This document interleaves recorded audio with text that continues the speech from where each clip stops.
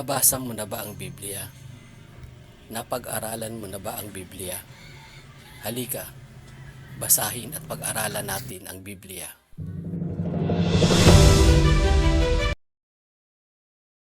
Ang aral at turo tungkol sa Diyos Ina, ito ay galing sa mga bagong sulpot na pananampalataya.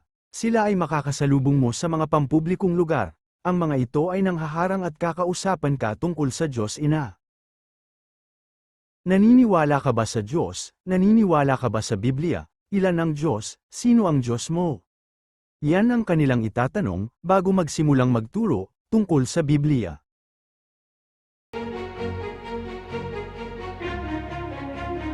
At bilang panimula, babasahin nila ang Genesis, chapter 1 verse 26.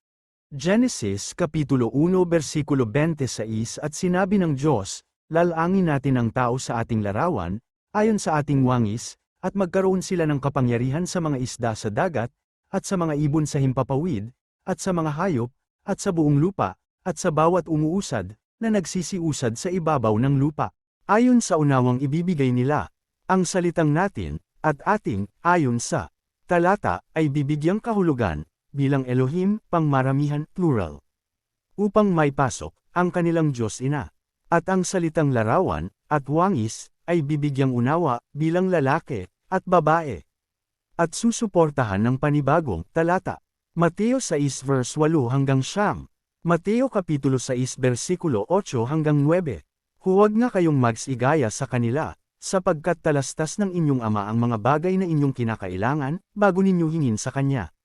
Magsidalanggan nga kayo ng ganito, Ama namin na nasa langit ka, sambahin nawa ang pangalan mo. At ayon sa kanila, kung merong ama sa langit, meron ding ina sa langit. Mga taga-Galasya kapitulo 4 bersikulo 26. Ngunit ang Jerusalem na nasa itaas ay malaya, na siyang ina natin.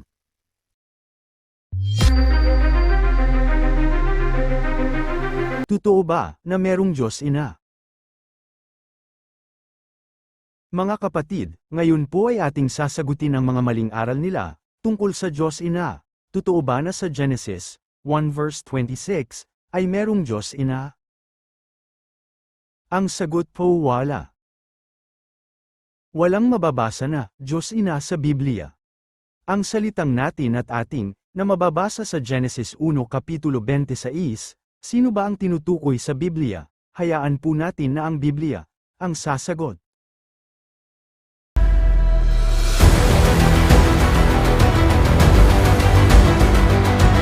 Ito ang pahayag ng Biblia John 1 verse 1, nang pasimula siya ang salita, at ang salita ay suma sa Diyos, at ang salita ay Diyos, patuloy sa 14, at ang salita ay nagkatawang tao, at sa John 17 verse 1 ang mga bagay na ito ay sinalita ni Jesus, at sa pagtingala ng kanyang mga mata sa langit, ay sinabi niya, Ama, dumating na ang oras, luwalhatiin mo ang iyong anak, upang ikaw ay luwalhatiin ng anak.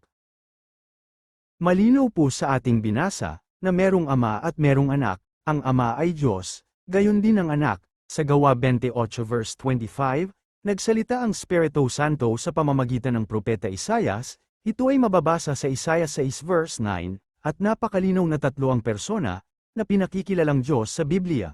Kaya, nang utusan ng Panginoong Hesukristo, ang mga alagad sa Mateo 28 verse 19, malinaw na malinaw ang itinuturo ng Panginoong Hesukristo, sa pangalan ng Ama, at ng Anak, at ng Espiritu Santo. Wala pong Diyos Ina na binyanyit sa Biblia. Mga kapatid, meron pong paalala. Ang Biblia Galasya 1 verse 8. Kahit daw anghel ang bumaba sa lupa, at mang-aral ng ibang ebanghelyo, ay matakwil. Mga kapatid, mag-ingat po tayo sa panahon natin ngayon, sapagkat maraming susulpat na bulang mangangaral, ayon yan sa unang Juan 4 verse 1.